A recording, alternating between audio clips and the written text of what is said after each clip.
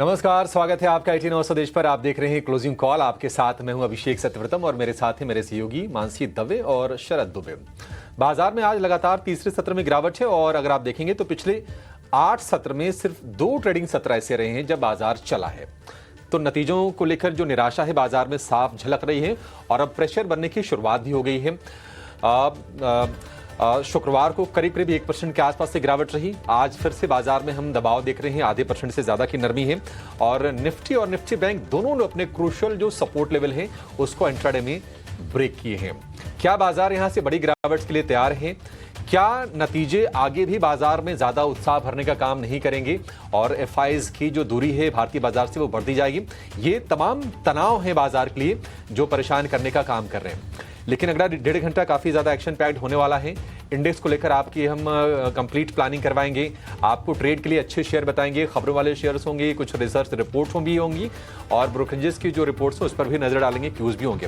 क्या कुछ होगा फटाफट एक बार नजर डाल लेते हैं इस शो के एलिमेंट्स को लेकर। तो 2:10 पर हम लेकर आएंगे क्लोजिंग ट्रेड्स। अपने एक्सपर्ट से जानेंगे उनकी पसंद के शेयर।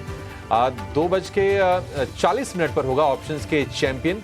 ऑप्शन का एक बेहतरीन ट्रेड जानेंगे। 3 बजे मार्केट रेट 3 होगा। 3:10 पर BTST या फिर STBT के ट्रेड जानेंगे और 3:20 पर हम आपके लिए लेकर आएंगे इवेंट्स टू वॉच, यानी कि कल कहां फोकस रहेगा नतीजों समेत उसकी पूरी की पूरी झलकी आपको हम बताएंगे। लेकिन चलिए फटाफट नजर डाल लेते हैं कि बाजार के लिए जो प्रमुख हाइलाइट्स हैं वो क्या हैं। बड़ी बातें आपके स्क्रीन पर आ जाएंगी। तो 1.5 महीने के निचले स्तर पर बाजार आ गया है, लगातार 3 सत्र की गिरावट। निफ्टी ने 24,700 से 800 के जो सपोर्ट रेंज था उसको ब्रेक किया है। आज निफ्टी बैंक की बात करें 57,200 पर एक सपोर्ट था उसको ब्रेक किया है। निफ्टी 24,670 के करीब है। निफ्टी बैंक की बात करें तो 56,350 के आसपास कारोबार कर रहा था, लेकिन गिरावट बड़ी है। 56,100 के आसपास आप निफ्टी बैंक को देखेंगे। रियल एस्टेट में बिकवाली ज्यादा है और लोढ़ा DLF करीब 4% नीचे कारोबार कर रहे हैं। लोढ़ा की कमेंट्री भी वीक आई है। लोढ़ा हालांकि दिल्ली के मार्केट में आ रहा है तो DLF पर उससे चलते प्रेशर बना है। लेकिन प्राइवेट बैंक्स मेटल्स पर भी दबाव है। प्राइवेट बैंकों की बात करें तो आप देखेंगे कि HDFC बैंक और ICICI बैंक को छोड़कर लगभग सारे बैंकिंग शेयर आज कमजोरी के साथ कारोबार कर रहे हैं। कहीं पर अगर थोड़ी बहुत बाइंग है तो वो है सिलेक्टिव फार्मा स्टॉक्स और FMCG। फार्मा ने हमने देखा था कि शुक्रवार को भी बाजार को सपोर्ट करने काम किया था।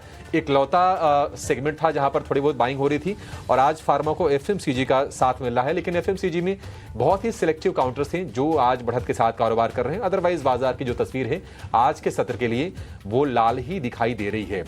लेकिन इस कमजोरी के बाजार में भी जो बजिंग स्टॉक्स हैं वो कौन से हैं ये जरा समझते हैं।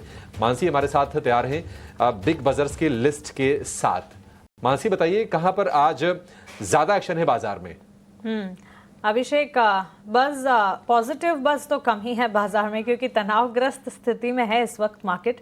लेकिन हाँ, जो थोड़ा बहुत मोमेंटम है स्टॉक वाइज, चाहे फर्दर अपसाइड या डाउन साइड, वो सब बजिंग स्टॉक्स कैटेगरी में हमने जोड़ा जरूर है। न्यूज़ फ्लोज के चलते जो एक्शन है, खबरों में जो चर्चा में है स्टॉक्स, वो सारे बाजार की स्थिति तो इस वक्त काफ़ी वॉलेटाइल है। लेकिन ऐसे में banks and financials, IT sector के बाद उम्मीदें बैंक्स एंड फाइनेंशियल्स से थी कि चलो बैंक्स फाइनेंस के नतीजे आएंगे तो उससे कुछ सपोर्ट मिल जाएगा। लेकिन over the weekend banks and financials में मेजर बैंक्स के नंबर्स भी आए और काफ़ी बिजी था ये वीकेंड। लेकिन नंबर्स कुछ खास नहीं रहे। कोटक बैंक की अगर बात करें, कमज़ोर थे नतीजे और नतीजों के ठीक बाद हमने देखा ब्रोकरेजेस ने भी अपने टारगेट्स घटाए। खरीदारी की राय कहीं बरकरार जरूर रखी गई या फिर होल्ड रेटिंग बरकरार जरूर रखी गई, लेकिन टारगेट्स जो है उसे तो घटाया गया। न्यूवामा की रिपोर्ट के मुताबिक होल्ड की रेटिंग को बरकरार रखते हुए टारगेट्स जो 2350 के थे पहले, उन्होंने घटाकर 2020 के कर दिए।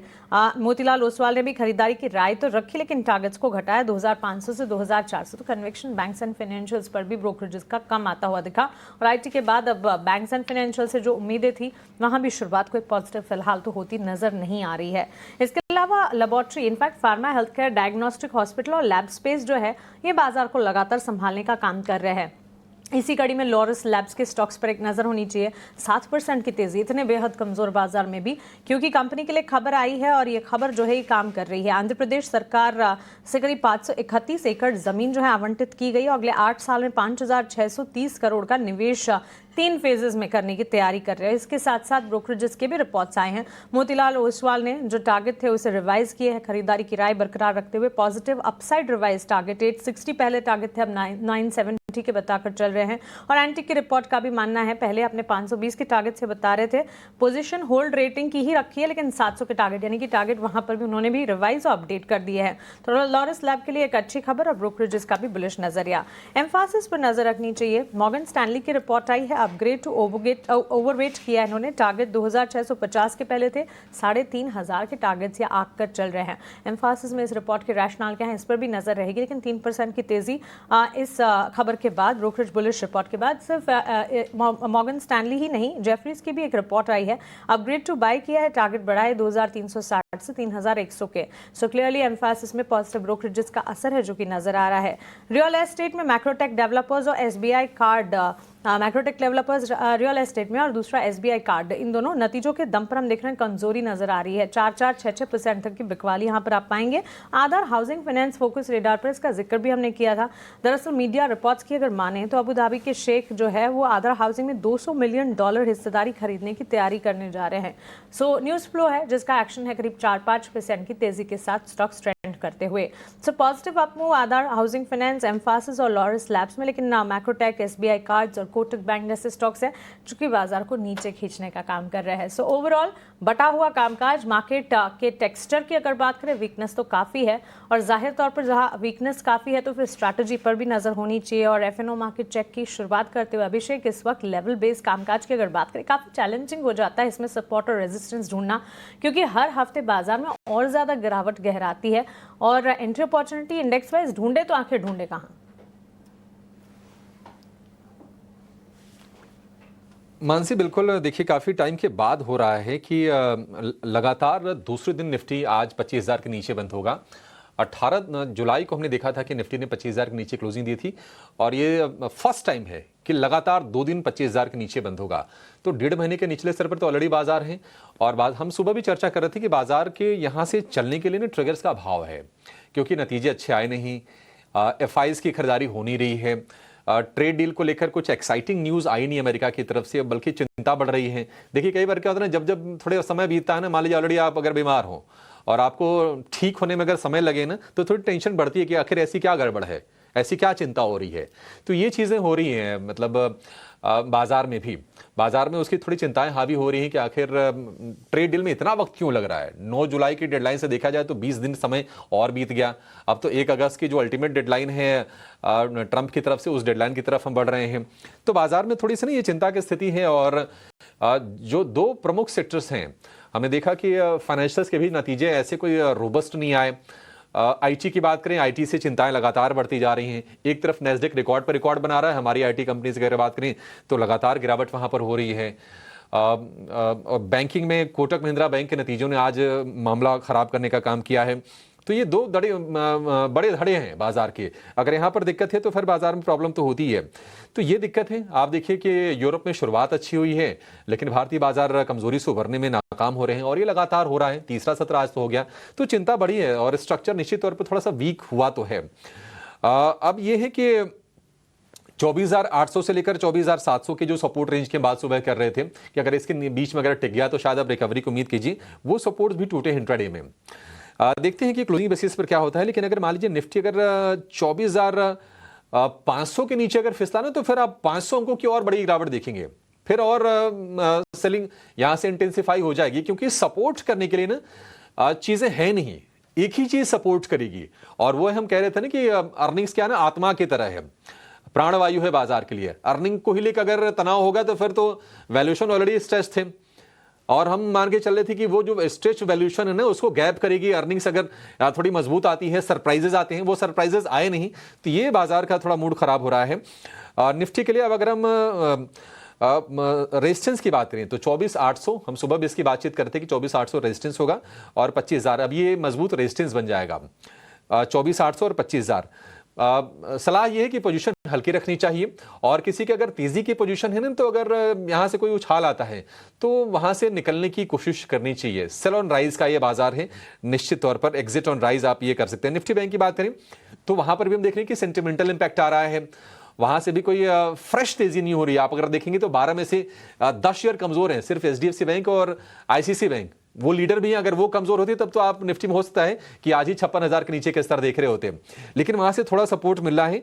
लेकिन 56,200 का अहम सपोर्ट टूटा है निफ्टी बैंक पर भी, और अगर 56,000 अगर मान लीजिए टूटता है तो फिर 500-700 पॉइंट की बिकवाली और आ सकती है निफ्टी बैंक में। निफ्टी बैंक के लिए 56,500 और 57,000, मतलब कि जो सपोर्ट थे ना वो रेजिस्टेंस के लेवल हो गए हैं। 56,500 और 57,000 रेजिस्टेंस के लेवल होंगे। और मेरा मानना है कि निफ्टी बैंक में ऐसे कोई स्ट्रक्चर बहुत वीक नहीं हो रहे हैं, लेकिन इसमें भारी हेवी लॉन्ग की पोजीशन बनाने से अवॉइड करनी चाहिए। निफ्टी में अगर उछाल आए तो निफ्टी से निकलने की कोशिश करनी चाहिए, क्योंकि स्ट्रक्चर निश्चित तौर पर वीक हो रहा है और अर्निंग सपोर्ट कर नहीं रहे हैं। ये दिक्कत है निश्चित तौर पर बाजार के लिए। जी बिल्कुल, निफ्टी पे सेल ऑन राइज की रणनीति हो सकती है, और निफ्टी बैंक पे ऑफकोर्स अपनी पोजीशंस लाइट ज़रूर रखें करंट लेवल्स पे। लेकिन अब हमारे साथ हमारे गेस्ट जुड़ रहे हैं जो हमें नेविगेट करवाने वाले कि इस स्थिति में क्या एक्शन लेना चाहिए। हमारे साथ जुड़ रहे हैं निमेश जी और हरीश जी। गुड आफ्टरनून निमेश जी, सबसे पहले आपसे ही शुरुआत करेंगे कि बाज़ार की अभी पूरी तरह जो सेटअप देख रही है, अब थोड़ी चेंजेस आई, इंपॉर्टेंट लेवल्स जो टूट गए हैं जो हम ट्रैक कर रहे थे बेंचमार्क इंडेक्सेस की, निफ्टी के बारे में खास करके मैं कहूँगा। तो दोनों तरह आप किस तरह देख रहे हैं, किस तरह एज अ ट्रेडर या as a first time trader कैसे मूव करना चाहिए करंट मार्केट सिनारियो में? निमेश जी, सबसे पहले आपसे शुरू करेंगे, निफ्टी और निफ्टी बैंक दोनों पे आपकी राय चाहिए। जी, वेरी गुड आफ्टरनून शरद जी। देखिए, निफ्टी के अंदर डेफिनेटली जो सपोर्ट एक्सपेक्ट कर रहे थे 24,700 का, वो एक ब्रेक हो चुका है और उसके नीचे काफी टाइम से सस्टेन भी हो रहा है। तो मेरा मानना है कि अभी यहाँ से जो है वो वीकनेस, अगर आज का क्लोजिंग 24,730 या 24,740 के ऊपर नहीं आता है तो वीकनेस जो है वो बनी रहेगी। और निफ्टी में नेक्स्ट जो सपोर्ट एरिया बन रहा है वो 100 डेज की मूविंग एवरेज जो आ रही है वो अराउंड 24,600 का 24,590 के आसपास आ रही है। तो और यहाँ से 100 से 125 पॉइंट की गिरावट निफ्टी में आ सकती है। बेसिकली बैंक निफ्टी की अगर बात करें तो बैंक निफ्टी में अगर बात करें तो एक साइकोलॉजिकल सपोर्ट एरिया है 56,000 का। हालांकि इतना स्ट्रॉन्ग सपोर्ट एरिया नहीं है, बट अगर 56,000 का लेवल भी ब्रेक करता है तो बहुत डाउनसाइड जो है बैंक निफ्टी में और बड़ी है। 500 पॉइंट का करेक्शन बैंक निफ्टी में मैं एक्सपेक्ट कर रहा हूं। तो जो नीचे नेक्स्ट सपोर्ट एरिया आएगा वो करीब 55,400 के आसपास आएगा। तो और गिरावट सीवियर हो सकती है, तो थोड़ा कॉशियस व्यू रखना है, अभी जल्दबाजी नहीं करनी है, पर्टिकुलरली निफ्टी और बैंक निफ्टी के अंदर। और क्लोजिंग टाइम के ऊपर अगर 24,730 के ऊपर जाता है तभी हम लोग कॉन्ट्रा कॉल का सोचेंगे। फिलहाल तो अभी वीकनेस है, तो अभी तो जो कुछ भी बाइंग पोजीशन है वहां पर कॉशियस व्यू ही मेरा बना हुआ है। बरतने की राय हमारे तमाम मार्केट एक्सपर्ट्स इंडेक्सेस पर तो आपको दे ही रहे हैं। निफ्टी और बैंक निफ्टी दोनों में कमजोरी गहराती हुई लगातार, इसी के चलते से वॉच लिस्ट में रखा जाए। मार्केट का टेक्सचर वीक हुआ है। ब्रेथ की अगर बात करें, एडवांस डिक्लाइन में डिक्लाइंस का पलड़ा भारी, और एक बार फेयर इंडिकेटर इंडिया विक्स पर भी नजर डालनी चाहिए।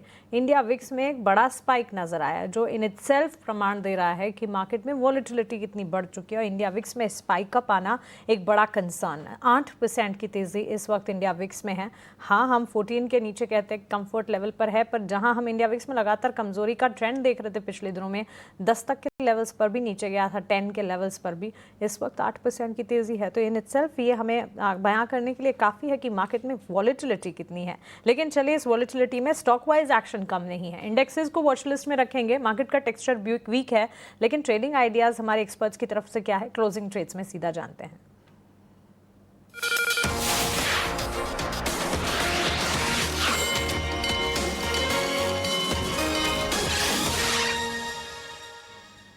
हरीश जी, गुड आफ्टरनून। शुरुआत आपसे करना चाहेंगे, बताएं स्टॉक वाइज क्लोजिंग ट्रेड्स आपकी तरफ से क्या होंगे? गुड आफ्टरनून मानसी जी। हमें जिस तरह से मार्केट देख रहे हैं लास्ट 3-4 दिनों से बिल्कुल डाउन ट्रेंड देखने मिल रहा है, और मेजर सपोर्ट से जो थे वो कर चुके हैं। तो मुझे लग रहा है कि और तरफ एक्सटेंड हो सकता है निफ्टी में भी सेल ऑफ, तो जो कि सपोर्ट जोन बन रहा है, स्ट्रॉन्ग सपोर्ट जोन निफ्टी के लिए 24,500, तो ये लेवल तक मुझे लग रहा है कि गिरावट आ सकती है बैंक निफ्टी में। तो उसके चलते मुझे लग रहा है कि थोड़ा डिफेंसिव स्टॉक्स में बाइंग करना चाहिए। और पहला मेरा बाइंग रहेगा एक डॉक्टर रेड्डीज में। देखिए, डॉक्टर रेड्डीज का लैब बीच पहले करेक्शन दे चुका था और स्टॉक प्राइस अभी नीचे लेवल से थोड़ा बहुत रिकवरी देखने मिल रहा है। Major short term moving averages already cross कर चुके हैं। मुझे लग रहा है कि यहाँ से एक रैली देखने मिल सकता है शॉर्ट टर्म में, जो कि मुझे लग रहा है कि ऊपर की ओर 1350 और 1375 लेवल तक लेके जा सकता है स्टॉक प्राइस को। तो मुझे लग रहा है कि डॉक्टर रेड्डीज को करंट लॉस बाय करना चाहिए और स्टॉप लॉस मेंटेन करना चाहिए 1250 का। तो ऊपर का टारगेट 1350 और 1375 के लिए मान के चल सकते हैं डॉक्टर रेड्डीज में। और दूसरा मेरा स्टॉक है, एक सेल साइड का स्टॉक है, अगर वो स्टॉक है बीएससी में। अगर बीएससी लिमिटेड आज कुछ दिनों से हमने कंटिन्यूस देख रहे हैं कि एक higher lower top lower bottom का फॉर्मेशन बन चुका है और स्टॉक प्राइस देखा है तो कंटिन्यूसली थोड़ा बहुत वीकनेस देखने मिल रहा है। तो मुझे लग रहा है कि इसमें फिर से एक बार वीकनेस देखने मिल सकता है बीएससी में, जो कि नीचे के सपोर्ट जोन बन रहे 2300 तक मुझे लग रहा है कि फिसल सकता है स्टॉक प्राइस। तो करंट लेवल्स पे यहाँ पे सेलिंग के रिकमेंडेशन रहेगा बीएससी लिमिटेड में, और स्टॉप लॉस मेंटेन करना चाहिए 2540 का, और नीचे का टारगेट बनेंगे 2300 के लिए। ठीक है। बीएससी हमने देखा था कि 2450 रुपए तक शेयर गिरा था, वहां से रिकवर करके 2550 के आसपास आया था, लेकिन फिर से जो इसमें सेल ऑफ है ना वो इंटेंसिफाई होती हुई दिख रही है। और बीएससी पर सेल के रिकमेंडेशन है हरीश जी की तरफ से 2300 रुपए का टारगेट होगा, 2540 का स्टॉप लॉस आपको लगाना है बीएससी में, सेल के रिकमेंडेशन। और डॉक्टर रेड्डीज, क्योंकि इस कमजोर बाजार में कहीं अगर सेहत थोड़ी सी बेहतर दिख रही है तो वह है सिर्फ फार्मा शेयर। डॉक्टर रेड्डीज के लिए 1250 का स्टॉप लॉस, 1350 और 1375 रुपए का टारगेट लगा के आपको इसको ट्रेड करना है। तो एक बाय की रिकमेंडेशन और एक सेल की रिकमेंडेशन हो गई हरीश जी की तरफ से। निमेश जी, गुड आफ्टरनून। बताइए आपके लिस्ट में कौन से शेयर हैं, आप क्या खरीदेंगे, या फिर सेल और बाय दोनों आपके पास भी हैं कॉम्बो? नहीं, मैं यहाँ से बाई का ही रिकमेंडेशन करूंगा, और जहां पर एक फार्मास्यूटिकल के साथ एक और भी स्पेस है जहां पर हम लोग स्ट्रेंथ देख रहे हैं, वो है केमिकल स्पेस। एसआरएफ का काउंटर है, देखिए चार्ट स्ट्रक्चर काफी स्ट्रॉन्ग है और हायर टॉप हायर बॉटम का एक फॉर्मेशन बन रहा है, और कंपनी ने काफी आउट परफॉर्म भी किया है मार्केट को। ये मार्केट के अंदर भी हम लोग देख रहे हैं कि यहाँ पर एक अच्छी स्ट्रेंथ बनी हुई है, प्लस स्टॉक के अंदर आप देखें तो 100 डेज की एवरेज के पास स्टॉक जो है वो भी सपोर्ट लेकर ट्रेड कर रहा है। तो ऊपर की तरफ मेरा मानना है कि यहाँ से अगर मार्केट में यहाँ से रिकवर होती है या मार्केट में कुछ भी बाउंस बैक आता है तो एसआरएफ जरूर से यहाँ से आउट परफॉर्म करेगा। तो एसआरएफ के अंदर बाय रिकमेंडेशन है। नीचे की तरफ स्टॉप लॉस जो लगाना है वो 2990 का लगाना है, और मेरा मानना है कि ऊपर में 3150 तक के लेवल एसआरएफ में देखने को मिल सकते हैं।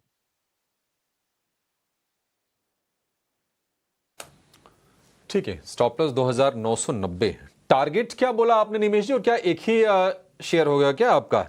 एसआरएफ के अलावा क्या बोला आपने? ये एसआरएफ भी एक ही है और 3150 का टारगेट रहेगा। अच्छा ठीक है, एक ही शेयर है, ठीक है, बढ़िया है। जहां पर कन्विक्शन है ना वही शेयर आप बोलिए तो बेहतर है। भले ही ट्रेड मिले, ट्रेड कम मिले, लेकिन जो मिले पुख्ता मिले, क्योंकि क्या है ना, बाजार थोड़ा वीकनेस के साइन दे रहा है। तो ऐसे बाजार में कैपिटल अप्रिशिएशन से कहीं ज्यादा जरूरी हो जाता है कैपिटल का प्रोटेक्शन, यानी कि आपकी जो पूंजी है वो सुरक्षित होनी चाहिए। पैसे बने ना बने वो मतलब प्राथमिकता में नहीं होनी चाहिए, प्राथमिकता होनी चाहिए कि पैसे आपके सुरक्षित रहें। आज हम देख रहे हैं कि देखिए कोटक बैंक की जो गिरावट है थोड़ी सी और बढ़ गई है, और कोटक बैंक के साथ साथ अगर आप वायदा की श्रेणी में देखेंगे तो एसबीआई कार्ड में गिरावट है, सीडीएसएल में भारी भरकम गिरावट है। लेकिन आज रियल एस्टेट शेयर फिर से क्रैक का शिकार हो रहे हैं, और बड़ी गिरावट हम देख रहे हैं लोढ़ा के शेयर में। लोढ़ा हो गया, या फिर Godrej properties, Prestige, Oberoi realty, DLF, ये सारे के सारे जो शेयर हैं ना 4 से 5% की तगड़ी गिरावट झेल रहे हैं। और निफ्टी की अगर हम रियल एस्टेट इंडेक्स की बात करें तो सबसे ज्यादा कमजोर है, आज करीब 3% के आसपास की गिरावट हम निफ्टी के रियल एस्टेट इंडेक्स में देख रहे हैं। आगे इस पर विस्तार से चर्चा करेंगे कि ये गिरावट आ क्यों रही है। लेकिन हरीश जी, कोई शॉर्ट की रिकमेंडेशन है रियल्टी स्पेस में, या फिर अब रिस्की होगा शॉर्ट करना? रियलिटी स्पेस के सेक्टर के देखते हैं, लेकिन देखिए लास्ट हफ्ते से ही शुरू हो चुका था सेल ऑफ, और हमें लग रहा है कि यहाँ पे ऑलरेडी एक अच्छा खासा सेल ऑफ देखने मिल चुका है। तो मुझे लग रहा है कि थोड़ा पुल बैक से होल्ड करना चाहिए, वेट करना चाहिए। जब तक ये पुल बैक नहीं आता है मुझे लग रहा है कि थोड़ा अवॉइड करना चाहिए सेलिंग के लिए, क्योंकि ऑलरेडी स्टॉक्स अगर देखा जाए तो लास्ट एक हफ्ते में ऑलमोस्ट अगर लोधा जैसा स्टॉक में ऑलरेडी 10 to 15% के ऊपर का सेल ऑफ देखने मिल चुका है। तो मुझे लग रहा है कि इस लेवल्स पे सेलिंग करना थोड़ा रिस्की रहेगा, और रिस्क रिवॉर्ड भी थोड़ा अनफेवरेबल रहेगा। तो मुझे लग रहा है कि थोड़ा वेट करना चाहिए पुल बैक्स के लिए, और उसके बाद ही हम लोग फ्रेश एंट्री सेल के लिए ट्राई कोशिश कर सकते हैं। फिलहाल अवॉइड करना चाहिए सेलिंग रियलिटी सेक्टर में। स्पेस पे तो ऑफ कोर्स थोड़ी दबाव ज़रूर देखने मिल रही है और इस बाज़ार में जो है बॉटम फिशिंग करना भी चाहिए कि नहीं, वो भी एक रणनीति है। लेकिन निमेश, आपसे पूछना था कि सेलेक्ट एफएमसीजी और सेलेक्ट फार्मा स्पेस पे जो है बाइंग देखने मिल रही है कुछ कुछ काउंटर्स में। अब इस काउंटर्स में आपको कोई स्पेशल या कुछ अच्छा स्टॉक लग रहा है इस मार्केट में? क्योंकि एक रिकवरी की अटेम्प्ट भी कोशिश कर रहे थे दिन के ट्रेड में निफ्टी फार्मा इंडेक्स और निफ्टी एफएमसीजी भी, बट अब वो धीरे धीरे करके वहाँ पे भी पावर कम हो रहा है। कोई ट्रेड लेना चाहेंगे फार्मा या एफएमसीजी में कि अभी भी वेट एंड वॉच रहे इस सेगमेंट्स में भी? नहीं, व्यू बुलिश है और पर्टिकुलर स्ट्रक्चर काफी स्ट्रांग लग रहा है। स्टॉक के अंदर हम लोगों ने देखा है कि एक बड़ा करेक्शन स्टॉक के अंदर आ गया है और ट्रेंड रिवर्सल भी आ गया और स्टॉक के अंदर एक 200 डेज की मूविंग एवरेज के पास एक सपोर्ट लेके आज स्टॉक के अंदर हम लोग एक अच्छी रिकवरी देख रहे हैं। तो मेरा मानना है कि डाबर इंडिया जो है वो परफेक्ट बेट है, एक अच्छे लेवल पे ट्रेड हो रहा है और रिस्क टू रेशियो भी काफी फेवरेबल है। तो डाबर यहाँ से बाय करना चाहिए नीचे की तरफ 500 रुपए का स्टॉप लॉस लगा के, और ऊपर में अगर यहाँ से रिवर्सल आता है तो मेरा मानना है कि मिनिमम हम लोगों को ऊपर में 550 तक के लेवल डाबर इंडिया में देखने को मिल सकते हैं। तो डाबर के अंदर व्यू बुलिश है, डाबर में बाय करके चल सकते हैं। इम्पोर्टेंट क्या लेवल्स रहेंगे निमेश डाबर के? ऊपर में 550 तक के लेवल मुझे दिख रहे हैं। अच्छा, स्टॉप लॉस क्या रहेगा? स्टॉप लॉस 505 रुपए के आसपास या 500 रुपए का आप स्टॉप लॉस लगा के चल सकते हैं। जी बिल्कुल, खरीदारी की राय निमेश के तरफ से। लेकिन अब चलते हैं सृष्टि के पास, जहाँ पे सृष्टि बताएंगे हमें आज के बिग एक्शन स्टॉक्स कौन से हैं।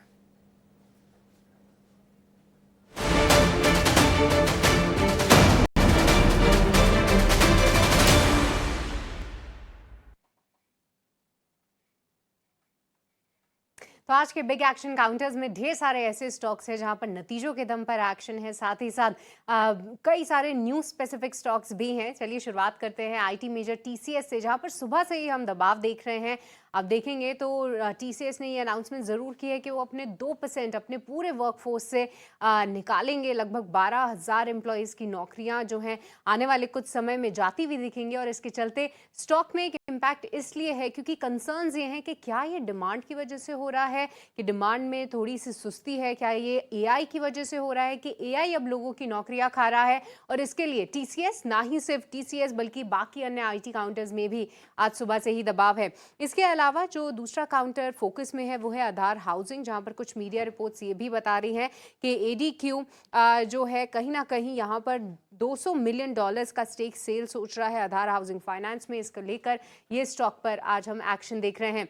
इसी के साथ साथ एसबीआई कार्ड्स, यहाँ पर काफ़ी कमज़ोर नतीजे रहे। कंपनी का जो प्रॉफिट था वो 6% गिरता हुआ दिखा। वहीं मॉर्गन स्टैनली ने भी यहाँ पर रेटिंग डाउनग्रेड करके अब अंडरवेट की कर दी है और लक्ष्य भी 775 से घटाकर 710 के कर दिए हैं। और आप देखिए स्टॉक में एक काफ़ी गिरावट, यहाँ पर 5% से ज़्यादा की भी कमजोरी है। और आखिरी में बिग एक्शन हम देख रहे हैं सीडीएसएल में भी, क्योंकि एक शानदार रन अप ऑलरेडी इस काउंटर ने दिखा दिया था, पर आज के सत्र में थोड़ी डिसअपॉइंटमेंट ज़रूर देखने को मिली है, चाहे वो कंपनी के मार्जिन हो या फिर मुनाफा, क्योंकि मुनाफे में साल दर साल जो है लगभग 24% की गिरावट रही है। वहीं मार्जिन्स में भी लगभग 10% का हमने कटौती देखी है। हालांकि अभी भी मार्जिन्स आप देखेंगे तो 50% के ऊपर ही है, पर ज़बरदस्त रनअप के बाद आज सीडीएसएल के स्टॉक में भी आज हम गिरावट देख रहे हैं। तो ये थे वो तमाम काउंटर्स जहां पर आज हम बिग एक्शन देख रहे हैं। धन्यवाद सृष्टि, आपने जो है बिग एक्शन स्टॉक्स हमें बताया। और ऑफ कोर्स ऐसी मार्केट में जो है स्टॉक स्पेसिफिक न्यूज़ फ्लो और अर्निंग्स का ही ज़्यादा इम्पैक्ट देखने मिल रहा है। लेकिन चलिए एक छोटा सा ब्रेक लेते हैं। ब्रेक के उस पार जो है हम टेक्निकल कॉल्स और इम्पोर्टेंट रिसर्च हम लेके आएंगे आपके पास।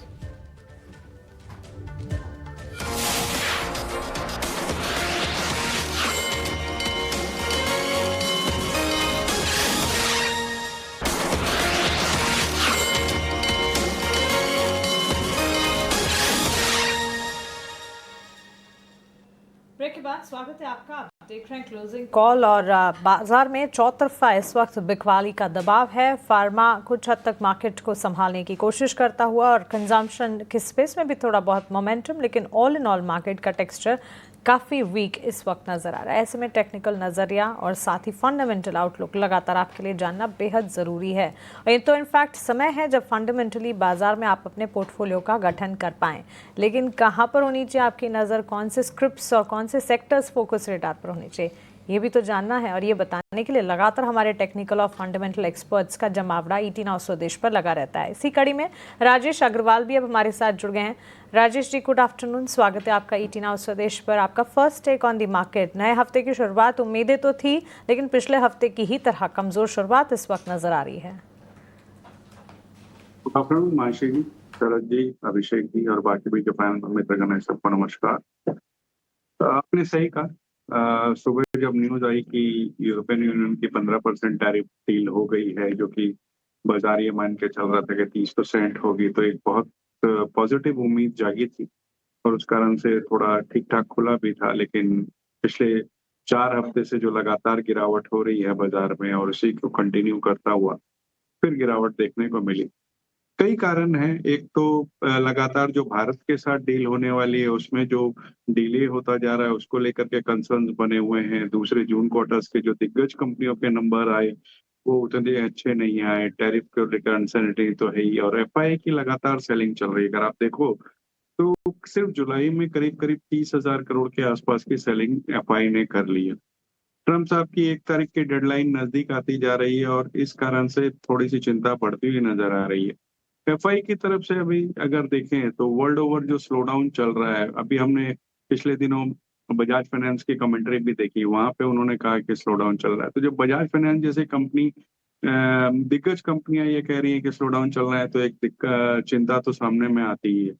और यूएस और यूके में भी जो पेंशन रिलेटेड जो बदलाव हो रहे हैं उसको देखते हुए भी ये लगता है कि एफआई की सेलिंग थोड़ी सी बढ़ती हुई नजर आएगी, क्योंकि जो पेंशन फंड है वो एक तरीके से उनका एयूएम बहुत बड़ा होता है और वहां से जो पैसे आते हैं वो वर्ल्ड ओवर इक्विटी मार्केट को थोड़ा सी बाइंग रहती है। लेकिन अगर वहां से दिक्कत आई तो और थोड़ा प्रेशर बढ़ता हुआ नजर आएगा। बट इन सब चीजों के बीच में एक चीज तय है कि अपने इंटरनल जो इकोनॉमिक हालात है वो बेहतर है। ग्लोबल नॉइज बहुत ज्यादा है लेकिन इकोनॉमिक फंडामेंटल्स अच्छे हैं। इस तिमाही के नतीजे थोड़े से ठीक ठाक आए, बहुत अच्छे एक्साइटिंग नहीं आए अभी तक जो भी आए हैं, लेकिन ये उम्मीद की जा रही है कि सेकेंड हाफ में नंबर्स अच्छे हो जाएंगे। तो वहां से उम्मीद बनती हुई नजर आ रही है और खास करके अगर ये टैरिफ की जो तलवार लटक रही है वो दूर हो जाती है और सामने में नेक्स्ट वीक में आरबीआई की पॉलिसी भी है, तो वहां से भी कुछ पॉजिटिव व्यूज आते हैं। तो मुझे लगता है कि एक अच्छा रुझान निकल कर सामने में आएगा। रहेगी, बहुत सारे तलवार लटक रहे हैं, बहुत सारे मैक्रो न्यूज़ फ्लोज हो रहे हैं, लेकिन एक स्टॉक है जहाँ पे कुछ रिवर्सल भी आ रहा है। निप्पॉन लाइफ जो है लगभग 1.5% गिरा हुआ था स्टॉक, बट अभी अर्निंग्स का इम्पैक्ट देखिए, यहाँ पे एयूएम की एक अच्छी ग्रोथ आई है और जो एनालिस्ट का एस्टिमेट था पैट को लेके उसको बीट किया है। निप्पॉन लाइफ को एक बार डायरेक्टर साहब स्क्रीन पे लाएं।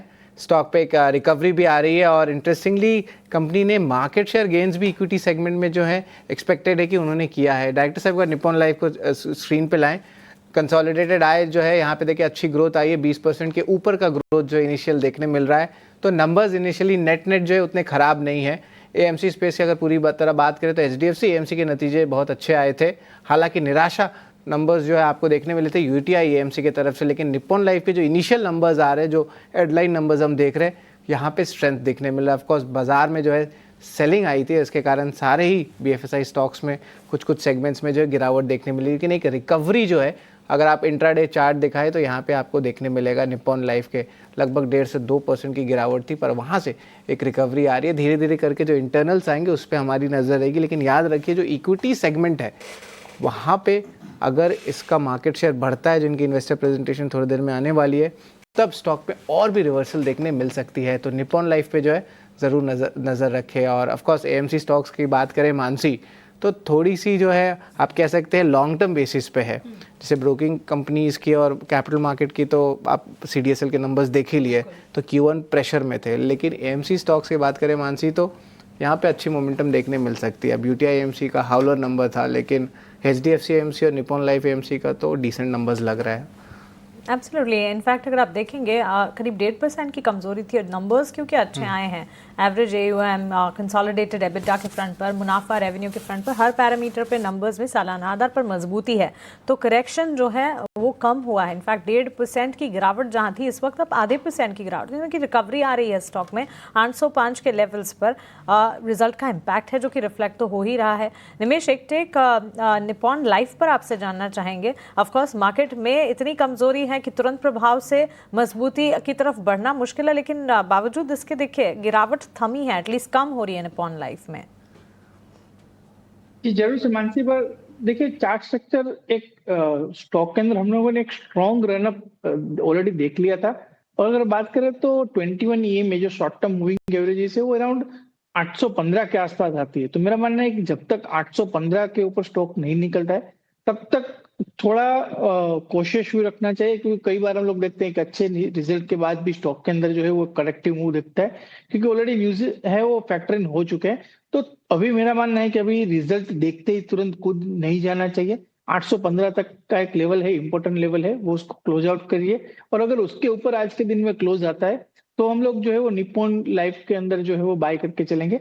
फिलहाल अभी मेरा मानना है कि अभी थोड़ा वेट एंड वॉच कीजिए, और अगर स्टॉक के अंदर नीचे की तरफ अगर 790 का लेवल ब्रेक करता है तो स्टॉक के अंदर और भी गिरावट आ सकती है। तो अभी थोड़ा कोशिश व्यू है, वेट एंड वॉच करें, और 815 के ऊपर बाय रिकमेंडेशन रहेगा। तो 15 के लेवल्स निपॉन लाइफ का जिक्र हम कर रहे हैं, इन स्तरों को अगर आप देखते हैं उसके बाद बाइंग रिकमेंडेशन क्रिएट होती हुई। बहरहाल इस वक्त नंबर का एक इम्पैक्ट है, अगर आप इंट्राडे चार्ट्स देखेंगे निपॉन लाइफ के निचले स्तरों से स्टॉक रिकवर होता हुआ ज़रूर पाएंगे, और नतीजे हर लिहाज से बेटर हैं। मार्जिन के फ्रंट पर भी आंकड़े हमारे सामने हैं, 62.7% से मार्जिन जो है सीधे 64% पर सालाना आधार पर बढ़ते हुए नजर आए। तो रिजल्ट का इम्पैक्ट नजर तो आ रहा है, अब देखते हैं स्टॉक में कितना ज़्यादा रिकवरी देखने को मिलती है। बहरहाल जो लेवल्स हमारे एक्सपर्ट्स बता रहे हैं उस पर नज़र ज़रूर रखिएगा। आज सुबह जब डेरिवेटिव FNO के लेवल्स हम आपके सामने रख रहे थे तभी हमने आपको बताया था कि आज पूरे दिन भर ये इंपॉर्टेंट लेवल्स हैं जहां पर सबसे ज़्यादा तेज़ी या सबसे ज़्यादा मंदी किन स्तरों पर हो रही है जानना आपके लिए बेहद ज़रूरी होने वाला है, बिकॉज इंडेक्स वाइज मार्केट काफ़ी ट्रिकी हो जाएगा। और इसी कड़ी में हमारे साथ पुलकित वापस से जुड़ गए हैं FNO डेरिवेटिव फ्रंट पर सारा एक्शन लेकर। पुलकित, गुड आफ्टरनून, बताइए। गुड आफ्टरनून मानसी जी। जैसा कि सुबह हमने बात किया था कि लगभग ये 750-800 का जो लेवल है वो होल्ड कर जाए तो अच्छा है, क्योंकि अगर यहाँ से नहीं किया तो 100-150 पॉइंट की हमें गिरावट मिल सकती है, वो हमें गिरावट दिख रही है। अभी अगर सपोर्ट की बात की जाए, बहुत कोई बड़ा सपोर्ट यहाँ पे नज़र आ नहीं रहा है, क्योंकि जो एक अहम सपोर्ट है इसके बाद वो लगभग यहाँ से करीब 125 से 150 पॉइंट नीचे, यानी कि 24,500 से लेके 24,550 के आसपास बनता है। तो हो सकता है थोड़ी बहुत और नरमी यहाँ से देखी जाए। अब हम डेटा देख लेते हैं। इंडिया विक्स की बात करें, 12 के ऊपर पहुंच चुका है, 7% से ज़्यादा करीब आज इसमें उछाल आया है, क्योंकि वॉलेटिलिटी साफ स्क्रीन पे हमें दिख भी रही है। अगर हम निफ्टी की बात करें तो जो पुट कॉल रेशो है वो लगभग 0.5 के आसपास है, ओवरसोल्ड जोन में जाने की पूरी तैयारी में है। अगर यहाँ से थोड़ा और गिरता है तो ये बेशक ही ओवरसोल्ड जोन में चले जाएगा। अगर हम मोस्ट एक्टिव पुट की बात करें तो ये 24,800 के ऊपर हो रही है और वहाँ पे पुट बाइंग देखी जा रही है। वहीं अगर हम मोस्ट एक्टिव कॉल की बात करें तो ये भी 24,800 के ऊपर ही और वहाँ पे भी कॉल राइटिंग देखी जा रही है, मतलब साफ तौर से ऊपरी स्तरों पे दबाव दिख रहा है। तो यहाँ से बहुत ज़्यादा ऊपर के मूवमेंट के चांसेस आज तो खैर नहीं नज़र आ रहे हैं। वहीं अगर हम bank Nifty highest call open interest की बात कर लेते हैं पहले निफ्टी के, तो ये 25,000 के ऊपर है, और वहीं हाईएस्ट पुट ओपन इंटरेस्ट जो है वो करीब 24,500 के ऊपर बना हुआ है। बैंक निफ्टी को देख लेते हैं तो पीसीआर इसका 0.6 के पास है, और highest call open interest 57,000, highest put open interest 56,000 के ऊपर है। FNO बैन में देख लें तो सिर्फ एक स्टॉक है, RBL बैंक, और वहीं अगर किसी और की एंट्री की बात की जाए तो हो सकता है लॉरेस लैब की आज एंट्री हो जाए, क्योंकि इसकी जो मार्केट वाइड पोजीशन लिमिट है वो लगभग 95% के आसपास है। तो अब मार्केट के बंद होते तक देखना होगा क्या ये मेंटेन होती है, उसके ऊपर जाती है। अगर ये उसके ऊपर गई तो बेशक ही कल सुबह हम इसे FNO बैन में देखेंगे। तो मानसी जी, ये था FNO के बारे में कि किस तरह का डेटा बन रहा है। थोड़ी सी नरमी है, थोड़ा सा दबाव है, लेकिन एक मजबूत सपोर्ट 24,500 के आसपास है। देखिए पुलकित, मुझे पता है कि आप मुझ पर भी सेम कमेंट करेंगे, लेकिन मुझसे ज्यादा आपकी शर्ट जो है वो इतनी रेड है, यहाँ से भी मार्केट को काफी गिरावट, बहुत अलग शेड्स ऑफ रेड है, लेकिन रेड जरूर है। आप प्लान करके आए थे कि रेड शर्ट पहनना है? नहीं, कि मार्केट आज खुलने के बाद आपने रेड पहना? नहीं शरद जी, बिल्कुल ये सुबह से मैंने रेड पहना था और मुझे लग रहा है शायद मेरी ही गलती हो गई। अब कल से मुझे ग्रीन पहनना पड़ेगा तो एक बड़ा मूव हम देख पाए। लेकिन आज की थोड़ी सी मार्केट की स्थिति ठीक नहीं है, बट हाँ स्टॉक स्पेसिफिक एक्शन जरूर है। कई कई स्टॉक्स कुछ कुछ अच्छे मूव कर रहे हैं, तो वहां पे निवेशकों के लिए है कि वो कुछ अपनी पोजीशंस बना सकते हैं। चलिए, तो बिल्कुल हमारे वार्डरोब्स भी मार्केट के साथ ही मैच करते हुए इस वक्त, लेकिन हम बाजार में इतनी कमजोरी और इस कमजोरी के बीच लगातार हम कोशिश कर रहे हैं कि आपको सही और सटीक रणनीति, राय और रिसर्च दे पाएं। एक छोटे से ब्रेक के लिए हम रुक रहे हैं। हमारे तीनों एक्सपर्ट्स हमारे साथ बने हुए हैं। ब्रेक के उस पार उनसे बातचीत जारी रहेगी। आप कहीं ना जाएं, बने रहें।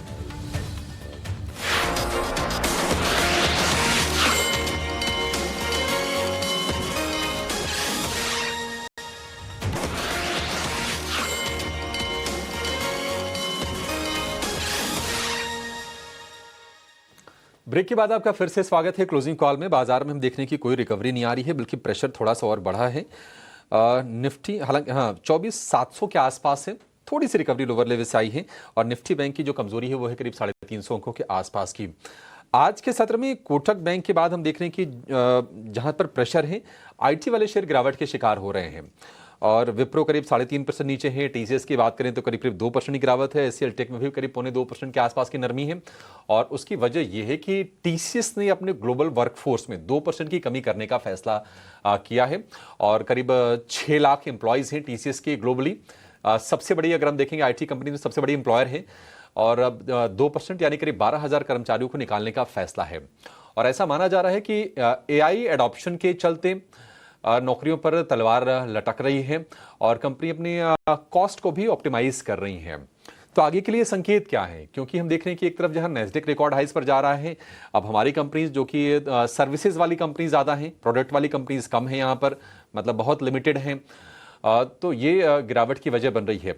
राजेश जी, आपसे जानना चाहेंगे कि आप किस तरह से देख रहे हैं, क्योंकि अगर एआई एडॉप्शन मान लीजिए यहाँ से और तेज होता है, तब तो ये जो कंपनी जो कि अभी उतनी तैयार नहीं है एआई के लिए या फिर डिजिटल एडॉप्शन के लिए, क्या इनके लिए आपको लगता है कि मुश्किलें और बढ़ेंगी?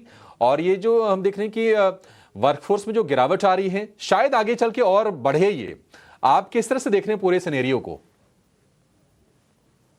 देखिए अभिषेक जी, ऐसा है कि एआई आ रहा है, ये तो एक जग जाहिर बात है और बहुत दिनों से ये बात चल रही थी और आगे आने वाले दिनों में और तेजी से आएगा। लेकिन फिर यही जो आईटी की दिग्गज कंपनियां हैं, ये लोग एआई अडॉप्ट करेंगी, एआई के स्किल डेवलप करेंगी और उसमें कामकाज करेंगी। आप इसका सीधा सीधा उदाहरण मैं अगर इसको थोड़ी दूसरी तरीके से दूं तो पहले सिर्फ ईवी कंपनी बना रहे थे, फिर बाद में जो दिग्गज कंपनियां थी, फिर वो चाहे मारुति हो चाहे बजाज ऑटो, सबने ही ईवी लॉन्च कर दिया। तो उस तरीके से टेक्नोलॉजी अडॉप्शन सबको करना पड़ेगा और यहाँ भी जो स्किल अपग्रेड होंगे वो आगे काम करते रहेंगे। और ऐसा मैं नहीं समझता हूँ कि टीसीएस, इन्फोसिस जैसी कंपनियां इस क्षेत्र में पीछे रहने वाली हैं। फिर वो चाहे एआई की बात हो, मशीन लर्निंग की हो, क्लाउड की हो, सारे ही पायदान पे ये लोग अपनी पहुंच बढ़ा रहे हैं। ये जो 12,000 एम्प्लॉयज की कल कट की बात आई, तो वो उनकी कोई स्ट्रैटेजी है जो मुझे नहीं लगता है कि बाकी कंपनियों पे भी उतना असर पड़ने वाला है। एक नेगेटिव एनवायरनमेंट बिल्कुल बन गया है। लेकिन हमें ये नहीं भूलना चाहिए कि ये सब चीजें कई महीनों से लोगों को पता थी कि एआई वगैरह आ रहा है और ये सारे प्राइस में डिस्काउंटेड है। जो भी नए ऑर्डर इनफ्लोज वगैरह आए, वहाँ स्लो डाउन देखने को मिला, बीएफएसआई में स्लो डाउन देखने को मिला, या ट्रम्प के जो नई नीतियां हैं उनको लेकर के वहां पे जो नए ऑर्डर्स आएंगे उसमें स्लो डाउन देखने को मिलेगा। ये बाजारों को पता था और यहाँ डिस्काउंटेड ऑलरेडी है। आज अगर जो गिरावट हम देख रहे हैं 1.5% की टीसीएस में, मैं नहीं समझता कि वो इस बात के लिए ज्यादा है, वनिस्पत की इस बात के लिए ज्यादा है कि बाजार में ही कमजोरी है। तो बाजार ही करीब गिरा हुआ है 1.25%, 1.5%, तो मैं समझता हूँ कि उसका एक इफेक्ट ज्यादा है। ये सब कंपनियों की बैलेंस शीट बहुत स्ट्रांग है, भविष्य बहुत अच्छा है। शॉर्ट टर्म में हो सकता है कि यहाँ पे आपको 1-2%, 5% की और कट देखने को मिले, बट दिग्गज कंपनी जैसे टीसीएस, इन्फोसिस एक स्टेबल पोर्टफोलियो के लिए मैं समझता हूँ कि वहाँ पे ध्यान रखना चाहिए।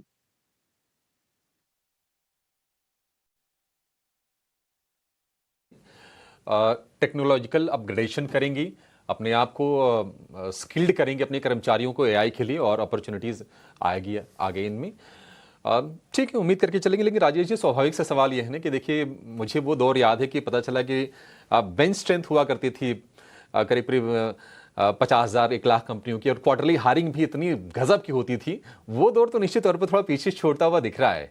देखते हैं आगे सिनेरियो किस तरह के बिल्ड होते हैं।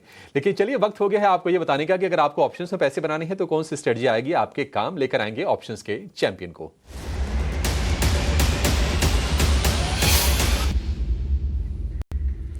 ओशो कृष्णन हमारे साथ तैयार हैं ऑप्शंस की एक बेहतरीन ट्रेड बताने के लिए। ओशो जी, बहुत शुक्रिया आपका। बताइए आज कहां पर आपकी नजर है और कौन सा शेयर चुना है आपने? Very good afternoon Abhishek ji. आज भी ऐसे मार्केट में भी मुझे एक बुलिश कॉल ही देखने को मिल रहा है। एसबीआई लाइफ में अगर हम देखें तो एक अच्छा स्लोपिंग ट्रेंड लाइन का ब्रेकआउट देखने को मिल रहा है एंड काफी कन्विक्शन के साथ हायर लेवल्स पे ट्रेड कर रहा है। एंड अगर हम अगस्त मंथ के कॉन्ट्रैक्ट भी देखें तो वहां पे लॉन्ग एडिशन होते हुए दिखाई दे रहे हैं। तो मुझे लगता है यहाँ पे एक अच्छा मोमेंटम बन सकता है। एंड एसबीआई लाइफ के अगस्त मंथ में 1860 के कॉल ऑप्शन को खरीदने की राय बन रही है। 40-42 रुपीज के आसपास होवर कर रहा है। सो इस जोन के अंडर बाई करें। 28 रुपीज का स्टॉप लॉस मेंटेन करना है। एंड मुझे लगता है 62 तक के लेवल्स हमें 1 या 2 दिनों में देखने को मिल सकते हैं।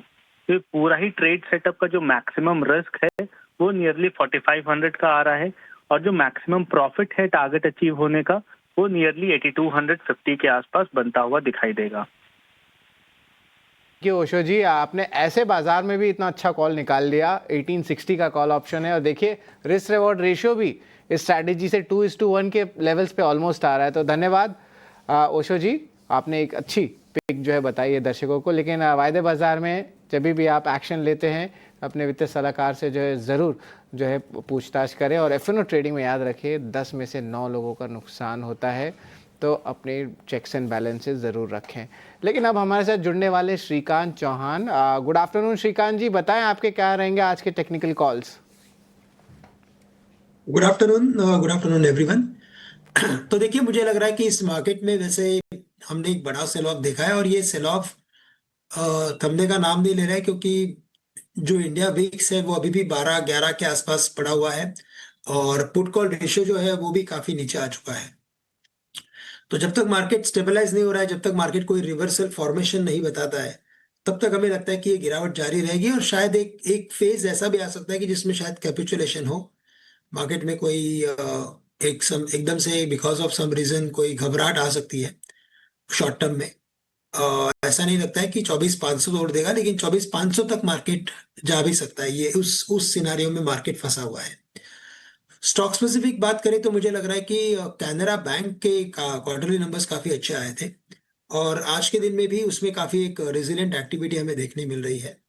तो कैनरा बैंक करंट लेवल से खरीदा जा सकता है। थोड़ा पोजिशनल व्यू रखें, 108 रुपए का स्टॉप लॉस रखें, और 117 से लेकर 123 रुपए के टारगेट्स नजर आते हैं कैनरा बैंक में।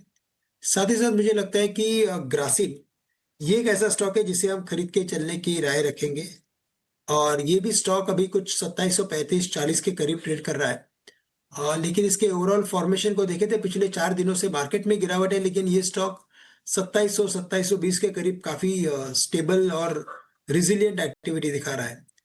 तो ग्रासिम को भी खरीदना चाहिए 2700 रुपए के स्टॉप लॉस के साथ, और 2735-40 में खरीदे। टारगेट्स रखे 2800-2870 रुपए के। आई है श्रीकांत जी के तरफ से। लेकिन चलिए अब नीलेश जी भी जुड़ रहे हैं हमारे साथ। गुड आफ्टरनून नीलेश जी, बताएं क्या रहेंगे आपके टेक्निकल पिक्स? आपसे मार्केट थोड़े से दबाव में देखने को मिल रहे हैं हमें ऊपरी स्तरों पर। यहाँ पर थोड़ी सी कॉशियस अप्रोच जरूर रखने की सलाह होगी, बट इस प्रकार के मार्केट में कुछ चुनिंदा बाय आइडियाज भी हमें देखने को मिल रहे हैं जहाँ पर कुछ काफी अच्छा मोमेंटम हम देख रहे हैं। तो उसमें से सिंजिन ये पर्टिकुलर स्टॉक है जो हमारे डार पर आया है। काउंटर का सेटअप काफी अच्छा है, और हम इस पर्टिकुलर काउंटर को यहाँ से एक फर्दर अपमूव मोमेंटम के चलते फर्दर अपसाइड एक्सपेक्ट करके चल रहे हैं। तो यहाँ से 702 एंड 710 तक की अपसाइड हमें देखने को मिल सकती है। 710 तक के टारगेट के लिए सिंजिन इंटरनेशनल इस पर्टिकुलर स्टॉक को लॉन्ग करके चल सकते हैं। काफी अच्छा शॉर्ट कवरिंग कैंडिडेट है। स्टॉप लॉस रखना होगा 678 का, टारगेट होंगे 710 के।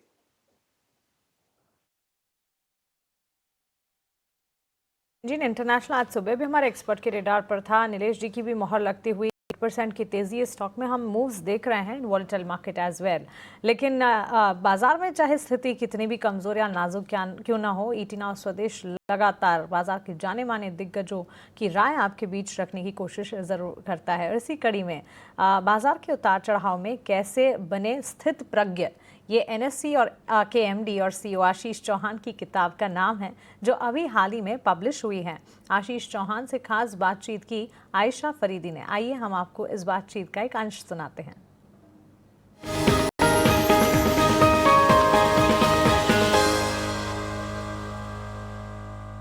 I want to know Ashish Chauhan, what he was before we knew Ashish Chauhan as he is today. Let's talk about the early years. How did life start for you? What are your early memories of life? We were staying in one room apartment, 10 of us, when I was Joint young. family. Yeah, joint family. And then, of course, a little larger and then slightly larger places. But broadly, life was without any luxury or any privileges.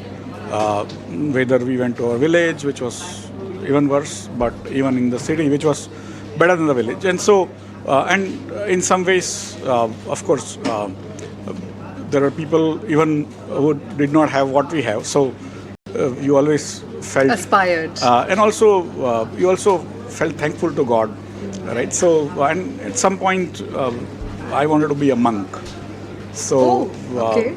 And so my family thought I will become a monk, and then I was in a Gujarati medium school in Ahmedabad, and then I got into IIT.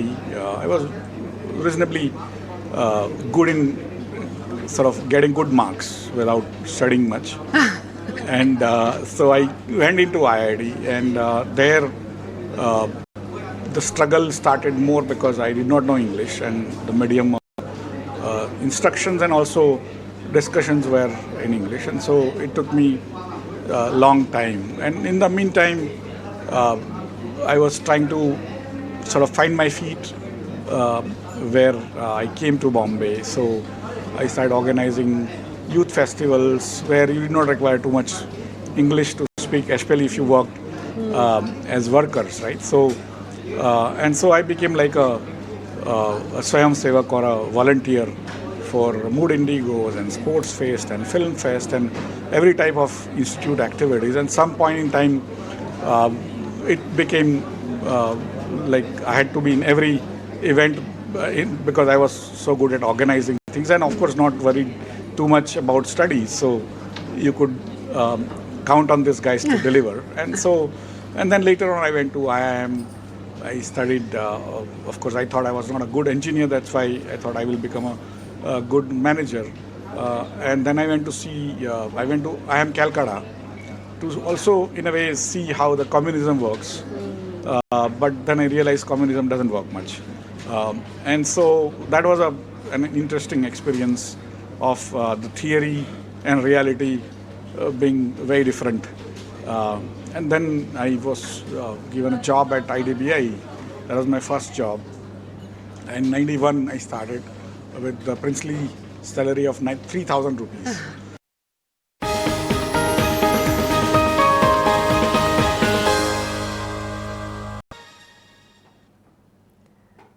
Break के बाद स्वागत है आपका। और 3 बज चुके हैं, बस half an hour left for the market closing, और ये पूरा का पूरा सेशन जो है कमज़ोरी की भेंट चढ़ चुका है। और इस वक्त अगर आप देखेंगे बाजार ने एक रिकवरी अटेम्प्ट करने की कोशिश ज़रूर की थी ड्यूरिंग द एंटायर सेशन, लेकिन इस वक्त जो है बिकवाली का दबाव हावी होता हुआ। हालांकि ऐसा नहीं है कि स्टॉक वाइज मूव्स नहीं है। अभी थोड़ी देर पहले अडानी ग्रीन के नंबर्स आए और नतीजे हर लिहाज से बेटर थे, और उसका एक इम्पैक्ट है जो कि अडानी ग्रीन के स्टॉक प्राइस में रिफ्लेक्ट होता हुआ ज़रूर नज़र आ रहा है। हरे निशान के साथ अडानी ग्रीन में कामकाज आज के सत्र में नज़र आएगा। इसके अलावा भी अगर आप देखें खबरों के दम पर, अभी थोड़ी देर पहले हमारे बजिंग स्टॉक कैटेगरी में हम लॉरस लैब्स का जिक्र कर रहे थे। कंपनी पर पॉजिटिव ब्रोकरेज रिपोर्ट्स और पॉजिटिव न्यूज़ फ्लोज का असर है जो कि इस वक्त रिफ्लेक्ट होता हुआ दिख रहा है। हरीश, एक तो Adani green on the back of good set, positive set of numbers stock में मूव है, और साथ साथ लॉरस लैब में भी एंटीक की रिपोर्ट आई है, मोतीलाल ओसवाल की रिपोर्ट आई है। खरीदारी की राय तो है ही, लेकिन साथ साथ टारगेट्स भी रिवाइज किए गए हैं। अडानी ग्रीन इस वक्त दिन के उच्चतम स्तर पर ट्रेड करता हुआ, जो नतीजे हैं उसके ठीक बाद इसमें एक शार्प अपसर्ज है। दोनों स्टॉक्स पर आपका नजरिया जानना चाहेंगे। मानसी जी, अगर पहले अदानी का स्टार्ट करते हैं तो देखिए अदानी स्ट्रक्चर पे एक हाई टॉप हाई बॉटम का स्ट्रक्चर बन चुका है। और दूसरा चीज है कि इतना मार्केट गिरावट में भी हमने ज्यादा कुछ वीकनेस नहीं देखने मिला है अदानी ग्रीन में। मुझे लग रहा है कि यहाँ पे स्ट्रॉन्ग में नीचे लेवल्स पे स्ट्रॉन्ग बाइंग डिमांड देखने मिल रहा है। और दूसरा चीज है कि स्टॉक प्राइस जैसे मैंने बताया कि एक हायर टॉप पर बॉटम इंटैक्ट है। तो ओवरऑल अगर चार्ट स्ट्रक्चर में अभी भी तेजी इंडिकेशन है, और लेकिन चीजें है कि ऊपर की ओर 1100 के अराउंड एक रेजिस्टेंस जोन है, इसके ऊपर निकलने के लिए बहुत बार कोशिश किया स्टॉक प्राइस, लेकिन अभी तक कामयाब नहीं हुआ है। मुझे लग रहा है कि ये लेवल्स जो 1085 से लेकर 1100 के लेवल्स अगर निकल जाता है तो मुझे लग रहा है कि एक स्ट्रॉन्ग रैली देखने मिल सकता है। तो फिलहाल के लिए स्टॉक एक सपोर्ट के पास ही है, जो 970 से लेकर रिबाउंस हुआ था, तो मुझे लगा कि ऑलमोस्ट इसी के आसपास सपोर्ट जोन से। तो मुझे लग रहा है कि करंटली एक रेंज में कंसोलिडेट हो रहा है, जो ऊपर की ओर 1085 का रेजिस्टेंस जोन है उसके ऊपर निकल जाए तो एक स्ट्रॉन्ग रैली देखने मिल सकता है। तो किसी के पास बाय है तो होल्ड रखना चाहिए, अभी भी थोड़ा वेट एंड वॉच करना चाहिए, क्योंकि अभी एक कंसोलिडेशन में है। एक बार स्टॉक प्राइस जैसे बताया कि रेजिस्टेंस निकल जाता है तो मुझे लग रहा है कि स्ट्रॉन्ग रैली देखने मिल सकता है। ओवरऑल सेटअप देखा है तो तेजी का ही है।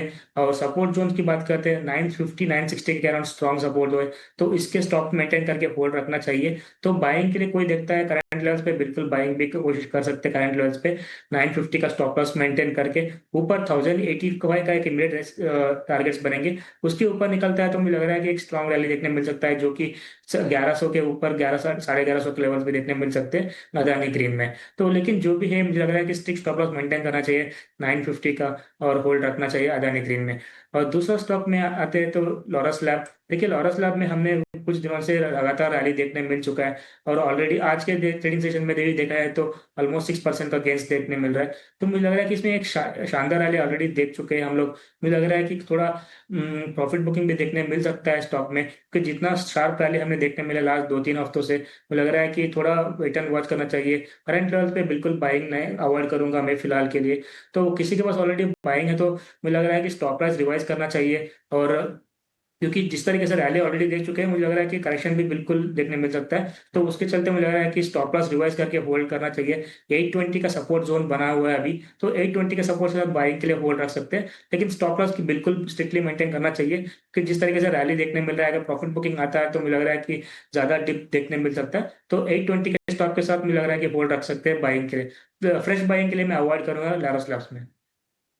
पर राय हरीश जी की तरफ से लॉरस लैब्स और साथ ही अडानी ग्रीन। लेकिन इस बीच एक एक रिजल्ट्स भी आ रहे हैं, और जो रिजल्ट्स आ रहे हैं आपकी स्क्रीन पर लगातार हम फ्लैश करते जा रहे हैं। अजंता फार्मा के नतीजे आए हैं, आई के फ्रंट पर आंकड़े जो है ठीक ठाक नजर आ रहे हैं। बाकी के पैरामीटर्स भी आपके स्क्रीन पर लगातार आप नीचे टिकर पर देखते जरूर रहेंगे। हमारे टिकर टीम से भी गुजारिश है, BEL के भी नतीजे आ चुके हैं, उसे भी फ्लैश करते रहे। मुनाफे का आंकड़ा BEL का भी हमारे सामने, और रेवेन्यू के फ्रंट पर भी इन नंबर्स पर भी टच बेस करेंगे। लेकिन क्योंकि 3 बज गए हैं, हमारे अगले सेगमेंट मार्केट एट 3 का वक्त हो चुका है, और आनंद शुक्ला हमारे साथ मार्केट एट 3 लेकर हर रोज की तरह जुड़े हैं।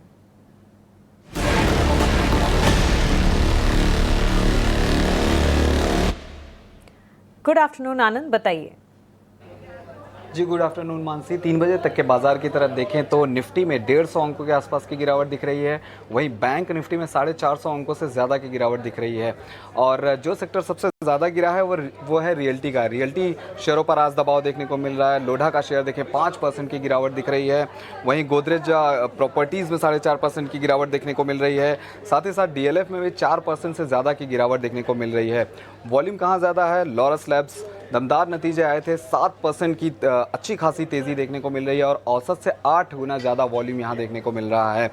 वहीं कोटक बैंक के अनुमान से कमज़ोर नतीजे आए थे, 6 से 7% की भारी गिरावट यहाँ देखने को मिल रही है, और औसत से 6 गुना ज़्यादा वॉल्यूम यहाँ भी देखने को मिल रहा है। मेटल सेक्टर में आज गिरावट है, सेल का शेयर गिरा हुआ है, 4% की गिरावट यहाँ देखने को मिल रही है, 3 गुना ज़्यादा वॉल्यूम यहाँ भी देखने को मिल रहा है।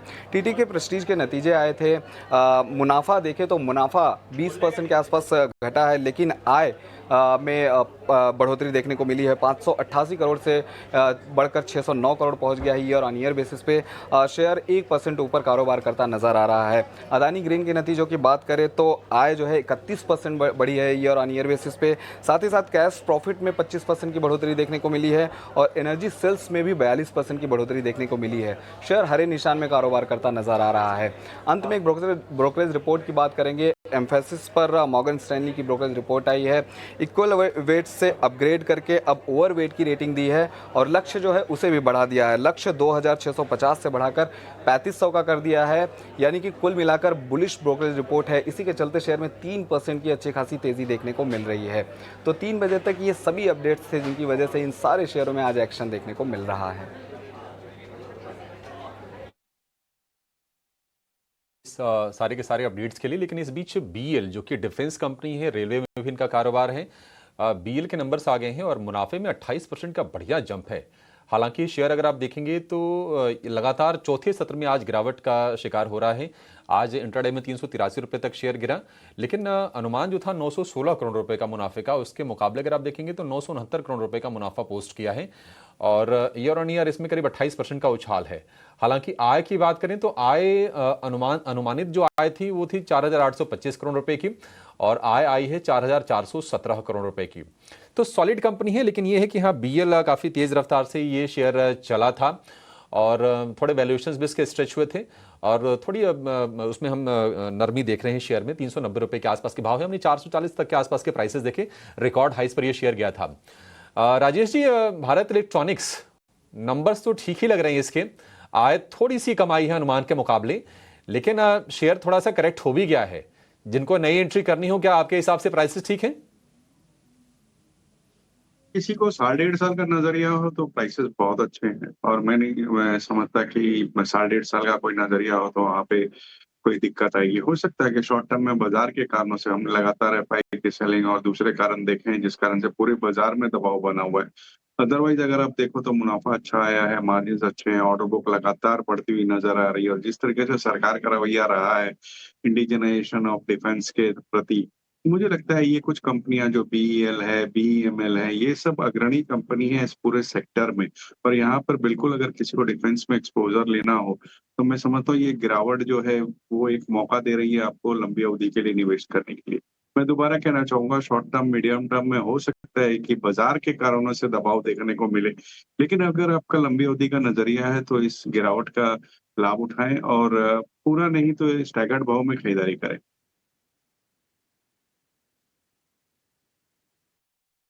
गिरावट का फायदा उठाने की सलाह है स्टैगर्ड मैनर में, यानी कि रुक रुक के थोड़ी थोड़ी खरीदारी आप बीएल के शेयर में कर सकते हैं। डेफिनेटली अच्छी ऑर्डर बुक है, एक स्ट्रांग कंपनी है और ऐसे क्षेत्र में है जिसमें सरकार का भी समर्थन हासिल है। एक और शेयर के बारे में जरा व्यू लेना चाहेंगे, वो है स्टरलाइट टेक का। स्टरलाइट टेक आज NSE 500 के टॉप गेनर्स में ये शेयर शामिल है और बाजार की कमजोरी के बावजूद आप देखेंगे करीब 8% के आसपास का उछाल है। इसको BSNL से भारत नेट प्रोजेक्ट के लिए ऑर्डर मिला था। ये टेलीकॉम सेक्टर से जुड़ी कंपनी है, ऑप्टिक फाइबर केबल बनाती है ये कंपनी स्टरलाइट टेक और 8% का जबरदस्त उछाल शेयर में देख रहे हैं। हालांकि हमने देखा था कि प्रीवियसली भी 50 रुपए से लेकर 100 रुपए तक की जर्नी बहुत ही तेज रफ्तार से हासिल की थी स्टरलाइट टेक ने। एक व्यू आपसे श्रीकांत जी चाहिए, चार्ट्स कैसे लग रहे हैं आपको और अब जो नेक्स्ट टारगेट बनेंगे वो आपके हिसाब से क्या होनी चाहिए?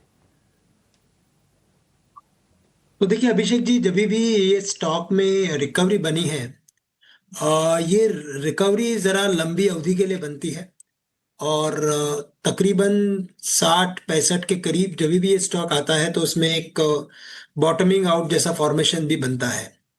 तो इस बार की भी जो तेजी है वो एकदम वर्टिकल है, बड़े वॉल्यूम्स हुए हैं और सबसे इंपॉर्टेंट पार्ट ये है कि 110 105 के ऊपर ये कंफर्टेबली ट्रेड कर रहा है, जहां पे इसे एक बड़ा रेजिस्टेंस था।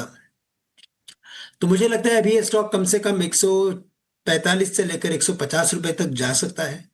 इसमें पोजीशंस बने रहे। अगर इसमें और भी डेवलपमेंट्स अगर आते हैं तो मैं कहूंगा कि शायद ये स्टॉक 200 रुपए तक भी जा सकता है।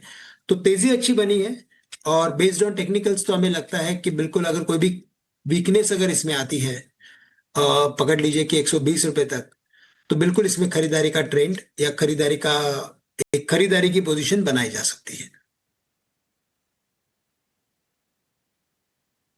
स्टरलाइट टेक को लेकर ये व्यू है। चलिए एक छोटे से ब्रेक के लिए रुकेंगे। ब्रेक के बाद जब लौटेंगे तो श्रीकांत जी से, नीलेश जी से हम समझेंगे कि आप को अगर BTST ट्रेड करना है तो आपकी रणनीति क्या होनी चाहिए और वरुण बेवरेजेस समेत कई सारे नतीजे भी कल आने वाले हैं। कल एनटीपीसी के नतीजे आएंगे, कल एलएनटी के नतीजे होंगे, एशियन पेंट्स के नंबर आएंगे, तो निफ्टी के 3 नतीजे होंगे। अनुमान क्या है ये भी आपके सामने रखेंगे, आप कहीं जाएगा नहीं।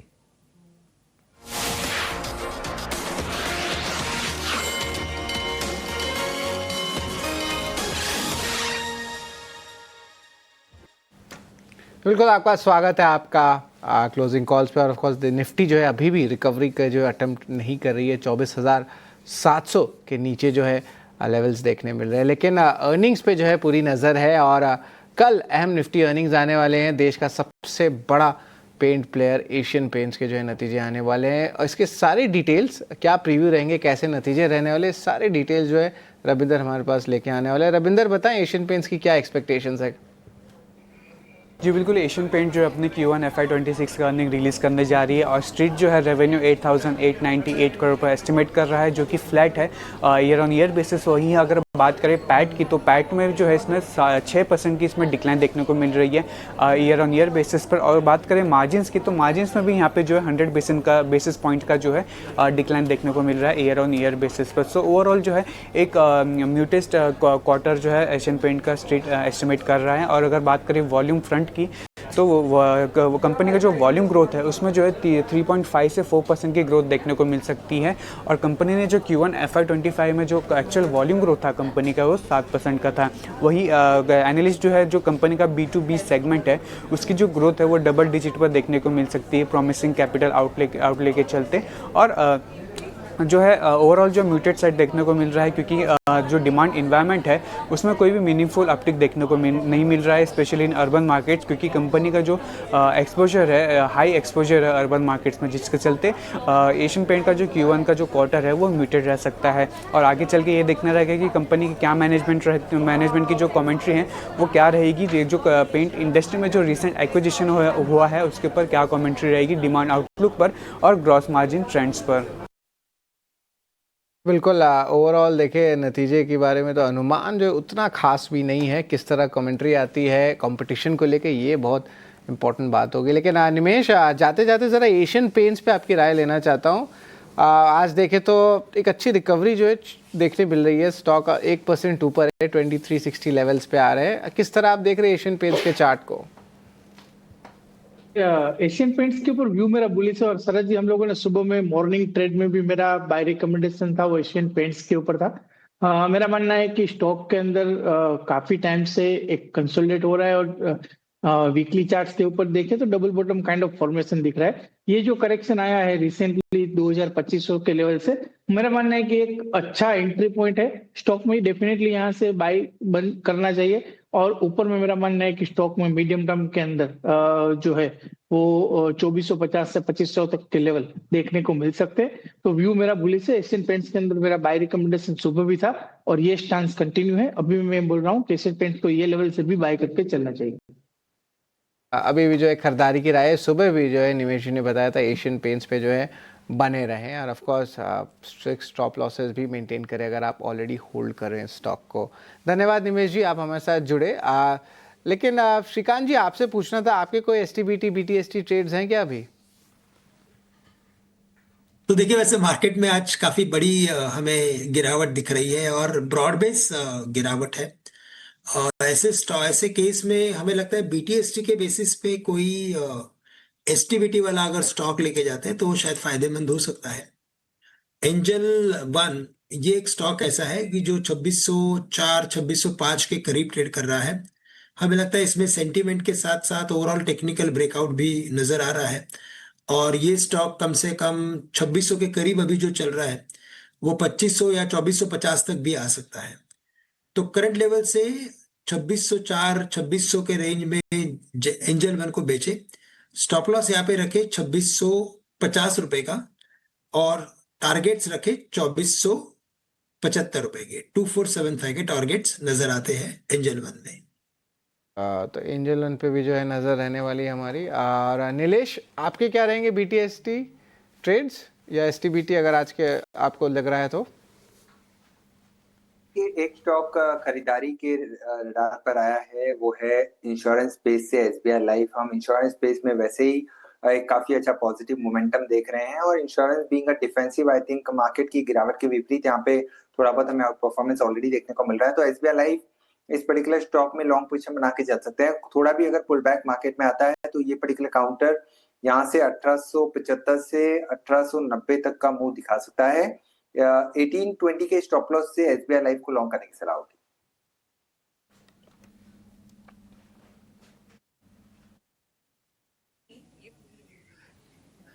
लाइफ पर एक टेक इस वक्त हमें मिलता हुआ 1849 के लेवल्स पर हम देख रहे हैं करीब 1% की तेज़ी पर इस स्टॉक में ट्रेड नज़र आ रहा है।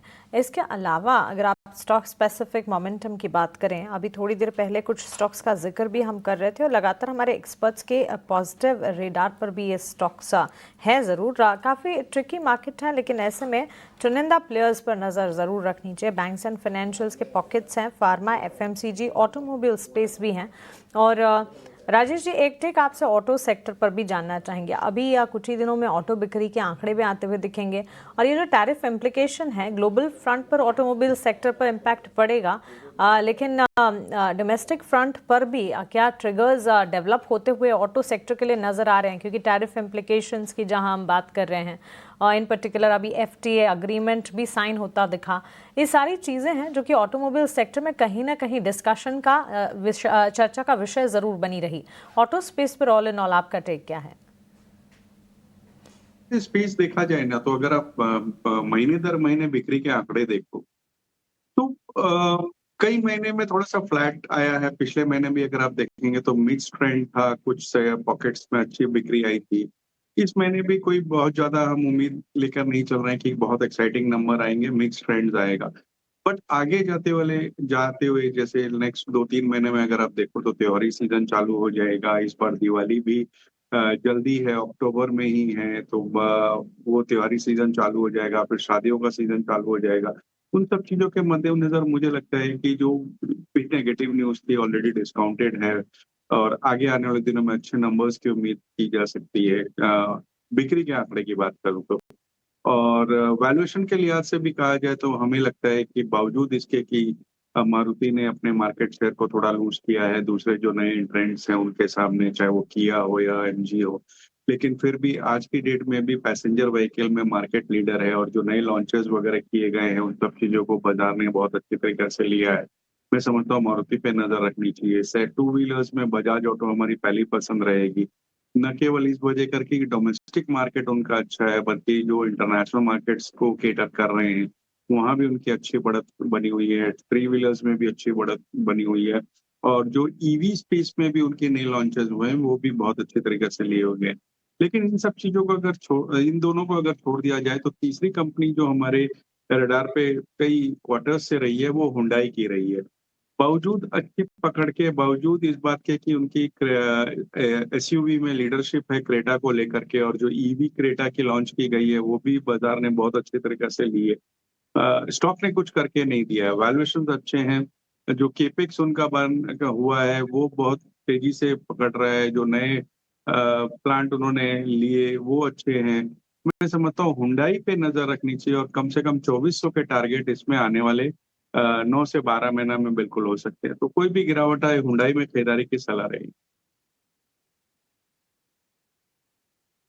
भी गिरावट पे इन स्टॉक्स पर एक नज़र ज़रूर होनी चाहिए। और आई थिंक नीलेश से उनके बीटीएसटी ट्रेड्स हमने जाने। श्रीकांत, आपकी तरफ से आपके बीटीएसटी ट्रेड्स आपने बताएं, बीटीएसटी, एसटीबीटी या फिर नो ट्रेड जो भी इस वक्त आपके वॉच लिस्ट में है फिलहाल? नहीं, वैसे मैंने कवर किया था, एसटीबीटी का ट्रेड था और ये ट्रेड था एंजल वन के ऊपर। 2475 के टारगेट दिए हैं, 2600 के करीब इसे शॉर्ट करना है और 2650 का स्टॉप लॉस रखना है। मुझे लगता है कि मार्केट में जिस तरह से ओवरऑल पोजीशनिंग हो रही है, एक बार हमें लगता है कि मार्केट 24500 के काफी नजदीक भी जा सकता है। तो थोड़ा सा फेस जो है वो रफ है और थोड़ी और गिरावट संभव है।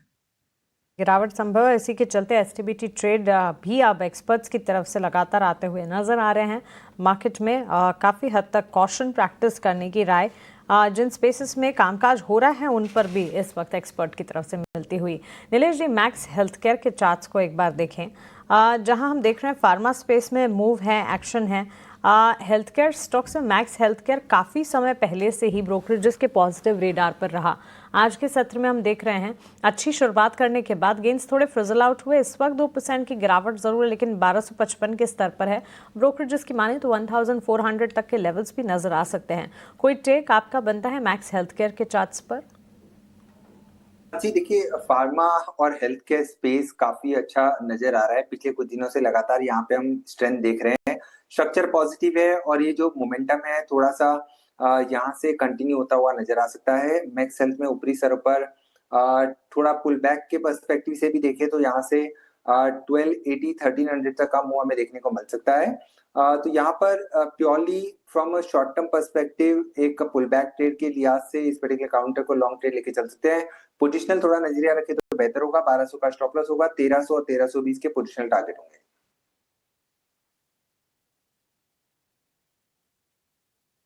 स्टॉप लॉस होगा मैक्स हेल्थ के लिए 1300 1320 तक की पोजिशनल टारगेट्स बनेंगे। वरुण बेवरेजेस में आज हम तेजी देख रहे हैं और 2% के आसपास की मजबूती इस शेयर में है। कल आएंगे वरुण बेवरेजेस के नतीजे। श्रीकांत जी, बार बार हम देख रहे हैं कि 500 रुपए के स्तर को पार करने में ना वरुण बेवरेजेस को दिक्कत हो रही है। नतीजों से पहले क्या कोई ट्रेड लेने की आप सलाह देंगे या फिर नंबर्स देख लें? हालांकि देखिए Q1 तो वैसे हिस्टोरिकली बेवरेज वाली कंपनीज के लिए ठीक ही रहता है। क्या करना चाहिए सर? नहीं तो देखिए, आज के इसके टेक्निकल पैटर्न को अगर रीड करें तो जबकि मार्केट में इतना बड़ा वीकनेस बना हुआ है, ये स्टॉक काफी अच्छी तरीके से अपने खुद को संभाले है। और अगर ऐसे टेक्निकल फॉर्मेशन के साथ अगर क्लोजिंग आ रही है तो मुझे लगता है कि इसमें रिजल्ट के पहले बने रहे। ये स्टॉक जो है वो 10 दिन के एवरेज के ऊपर अभी ट्रेड कर रहा है, 20 दिन के एवरेज के ऊपर ट्रेड कर रहा है। एक फॉलिंग ट्रेंड लाइन के काफी नजदीक आ चुका है, यानी सेलिंग एब्जॉर्ब हो चुकी है, हो सकती है। तो हमें लगता है कि ये स्टॉक शायद रिजल्ट के बाद एक बार 505 510 तक के मौके दे सकता है। तो बिल्कुल इसमें बने रहे वीबीएल में, और रिजल्ट के बाद अगर शायद कोई उछाल मिले तब प्रॉफिट बुकिंग की हम सोच सकते हैं। ठीक है, रिजल्ट के बाद अगर उछाल आए तो फिर प्रॉफिट टेकिंग के बारे में सोचिए। फिलहाल आपको बने रहने की सलाह है। प्रॉपर्टी स्टॉक्स में देखने की गिरावट और गहरा गई है। गोदरेज प्रॉपर्टीज 5.5% नीचे, डीएलएफ करीब 5% नीचे, ओबरॉय रियल्टी, लोढ़ा, ये सारे के सारे शेयर कमजोर हैं। और रियल्टी का जो इंडेक्स है लगातार आज 5वें सत्र में गिरावट का शिकार हो रहा है। राजेश जी, क्या करना चाहिए ये प्रॉपर्टी शेयरों में? क्योंकि क्या लार्ज कैप क्या मिड कैप सारे ही क्रैक हो रहे हैं। तो ये बाय ऑन डिप करना है या फिर एग्जिट ले लें? देखिए, थोड़ा सेलेक्टिव रहना चाहिए। गिरावट इस कारण से भी है कि पिछले अगर 2-3 क्वार्टर्स में देखेंगे तो शानदार तेजी बनी है। सारे पूरे पैक में सारे स्टॉक्स में बहुत तेजी दिखाई और उस कारण से प्रॉफिट बुकिंग आ रही है। और इस वक्त अगर खरीदारी करनी हो तो मैं समझता हूँ इसमें AB real estate, Aditya Birla real estate, जो पहले सेंचुरी टेक्सटाइल्स के नाम से जानी जाती थी, वहां थोड़ा ध्यान देना चाहिए। प्रोजेक्ट्स अच्छे हैं। पहले सिर्फ बॉम्बे में काम कर रही थी, अब बैंगलोर वगैरह में भी नई लैंड खरीदी है। बिरला एस्टेट्स करके इनकी जो सब्सिडियरी है उसमें जो प्रोजेक्ट्स हैं बहुत लग्जरियस प्रीमियम प्रोजेक्ट्स हैं जो हाथों हाथ बिक गए हैं। और करेक्शन भी अगर आप देखो तो ऊपर में अगर मैं सही हूँ तो करीब 2500-2400 जा करके अभी 1900 के आसपास है। तो अच्छा खासा करेक्ट भी हो चुका है। मैं समझता हूँ ये बहुत अच्छा कंफर्ट दे रहा है, यहाँ पे ध्यान देना चाहिए।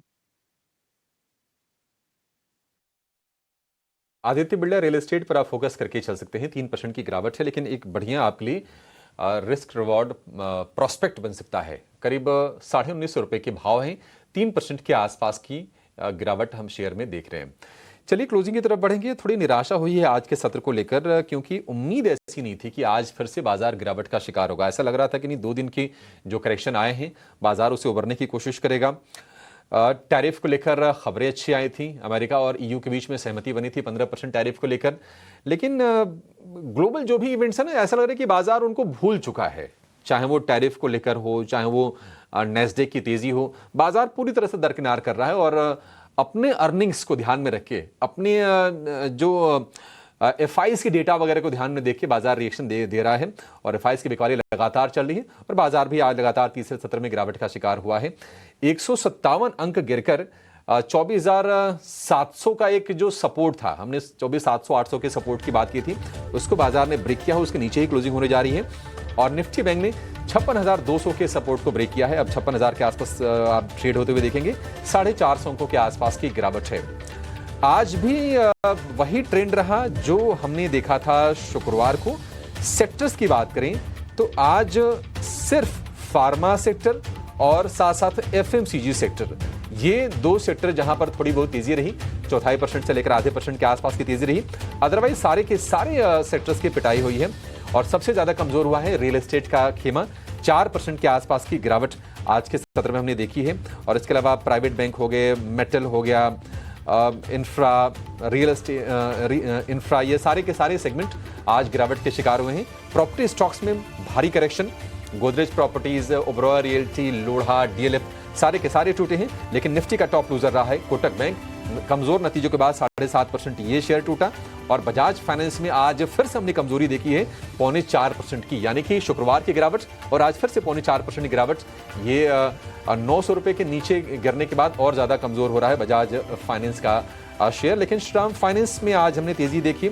और एशियन पेंट्स नंबर से कल आएंगे। एशियन पेंट्स में आज मजबूती रही करीब 1% के आसपास की। एचयूएल, हीरो मोटो, कुछ कंजम्पशन वाले शेयरों ने बाजार को हल्का सपोर्ट देने का काम किया, लेकिन एडवांस डिक्लाइन का रेशियो रहा काफी कमजोर। 700 शेयर अगर आज चढ़े हैं तो करीब 2100 शेयर गिरे हैं। 1:3 का एडवांसेस का और डिक्लाइन का रेशियो रहा है। तो बाजार का माहौल काफी खराब हो रहा है। लगातार तीसरे दिन गिरावट। 157 गिरकर निफ्टी बंद हुआ है 24,678 के आसपास। और निफ्टी बैंक की बात करें तो 450 अंकों की गिरावट रही है। चलिए इसी के साथ ये शो को यहाँ पर समाप्त करेंगे। राजेश जी, श्रीकांत जी और नीलेश जी, आपका बहुत शुक्रिया आज समय देने के लिए और तमाम स्टॉक्स पर अपनी रणनीति हमारे साथ साझा करने के लिए। फिलहाल मानसी को, शरद को और मुझे आप दीजिए इजाजत। एक छोटे से ब्रेक के बाद प्रशांत लेकर आएंगे कल की तैयारी। आप कहीं जाइएगा नहीं। नमस्कार।